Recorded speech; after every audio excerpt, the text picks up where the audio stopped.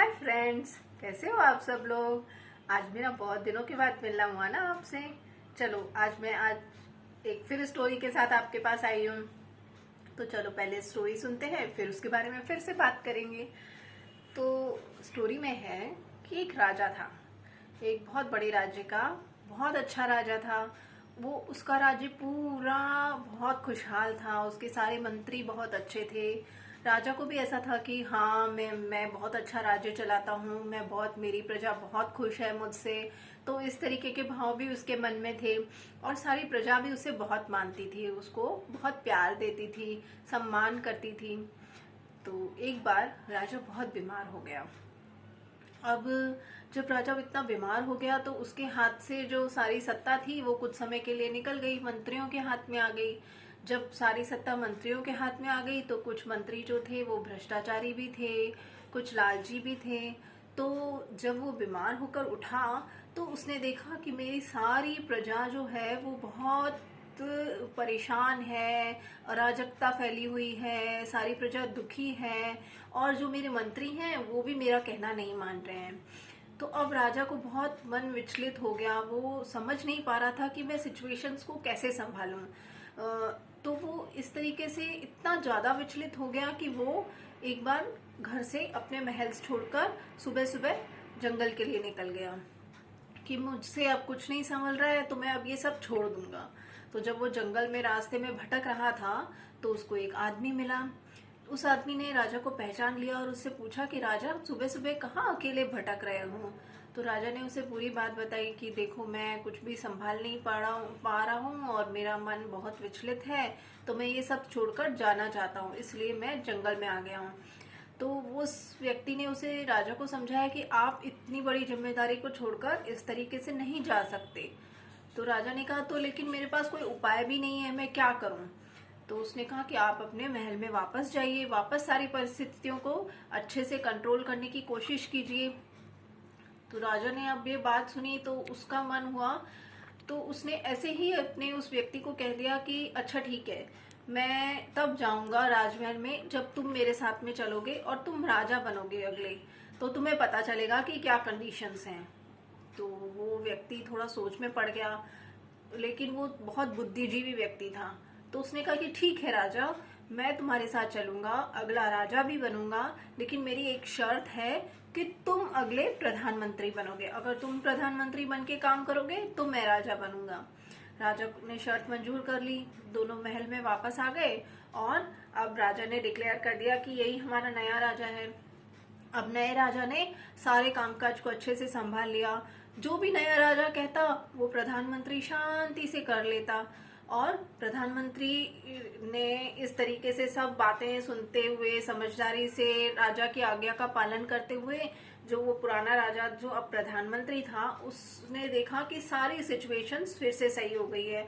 सारे मंत्रियों को जो भ्रष्टाचारी थे उनको हटा दिया गया, अच्छे से सारा सब कुछ बैलेंस कर दिया गया, राज दरबार में सारी प्रजा फिर से खुश हो गई। तो एक दिन नए राजा ने प्रधानमंत्री से पूछा कि तुम्हें अब कैसा महसूस हो रहा है। तो उसने, प्रधानमंत्री ने कहा कि मुझे बहुत अच्छा लग रहा है, जब मैंने अपनी मैं को छोड़कर सब कुछ आपकी तरफ समर्पित कर दिया और जब मैं आपको ही मानकर सब कुछ चलने लगा तो आपने मेरा सब कुछ संभाल लिया। तो इसी तरीके से दोस्तों, जब हम ईश्वर के प्रति समर्पित हो जाते हैं और उसके साथ में आपकी भावना के साथ में चलते हैं, जब हम अपनी मैं की भावना को छोड़ देते हैं, हम क्या करते हैं, जब भी कोई अच्छा काम किया, जब भी कोई खुशी का काम हुआ तो कहते हैं हाँ ये तो मैंने किया, हाँ ये तो मैंने किया। लेकिन जब दुख का वक्त आता है तो हम कहते हैं हे भगवान, तूने ऐसा क्यों किया। है कि नहीं सच्ची बात। यही बात होती है ना हमारे साथ में, सब लोगों के साथ।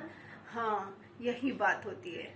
तो ऐसा क्या है कि हम लोगों को किस तरीके से अपने आप को, सिचुएशंस को कंट्रोल करना है, कैसे करना है। हमें अपने सारे भावों को ईश्वर के प्रति समर्पित रखना है।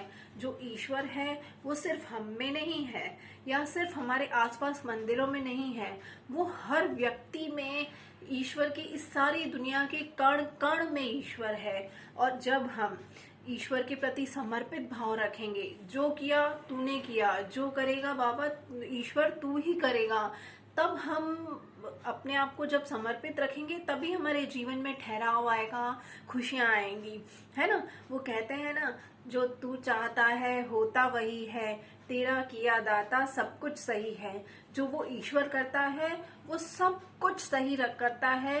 इस विश्वास पर चलने के साथ में आपको उसके ऊपर इतना दृढ़ विश्वास रखना होगा कि आपको जो भी अपनी मैं की भावना है वो सब समर्पित कर देनी होगी, सब तू की भावना पे ईश्वर के साथ में चलना होगा। तभी हमारा जीवन सहज हो पाएगा, तभी हम अपनी लाइफ में ठहराव पाएंगे, तभी हम अपनी परेशानियों को इजीली हैंडल करना सीख पाएंगे, तभी हम बहुत ज्यादा दुख में भी अपने आप को संभाल पाएंगे। आज का वक्त जो है ना, कोरोना का वक्त, इसमें इतनी सारी परेशानियां इतने सारे लोगों ने सहन की हैं, लेकिन वो सब क्यों रुके हुए हैं, क्यों ठहरे हुए हैं? क्योंकि उन्होंने अपने आप को उस दाता को समर्पित कर रखा है। उन्हें पता है कि जो वो चाहता है होता वही है। फिर भी मन क्यों उदास होता है? फिर भी मन को उदास नहीं होना चाहिए, क्योंकि हमें पता है कि करने वाला वो दाता है। हमें तो सिर्फ उसके इशारे पर कर्म करते जाना है, और जो अच्छे कर्म करता है उसका रिजल्ट हमेशा अच्छा मिलता है। इसलिए कर्म करते जाइए, अच्छे कर्म करते जाइए और ईश्वर के प्रति समर्पित भावना रखते जाइए, तभी हमारा जीवन सहज होगा, आसान होगा। Okay, bye. और फ्रेंड्स, मेरे चैनल को लाइक, शेयर और सब्सक्राइब करना बिल्कुल भी ना भूलें। और मेरी ये जो स्टोरी है इसको आप अपने मन में ध्यान करके सोचिएगा जरूर कि मैंने क्या समझाया है। Okay, bye.